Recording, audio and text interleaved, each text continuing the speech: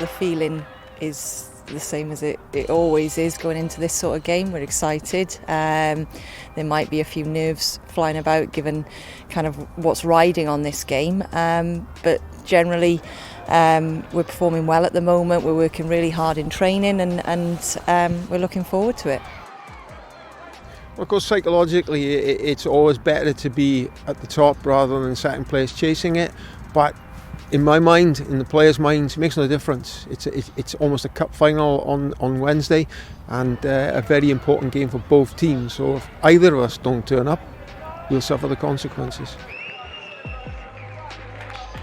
We're well aware that result could give us an indication who lifts the trophy, but we know that whatever happens, neither team can slip up. Cardiff Met, they're coming into the game in incredible form. You guys are also coming into this game in very good form. What kind of game are you expecting from them? I'm expecting a similar game to the one that we experienced here at Llandarcy, which again was tight but very competitive. Not many chances for either team, and then we were lucky enough to take our chance when it did come along.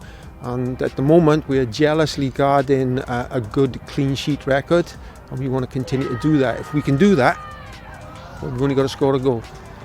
I mean, the game is always something that both sides always anticipate. You know, it's the game that you always look forward to in the season. So in terms of preparations, we're working really hard.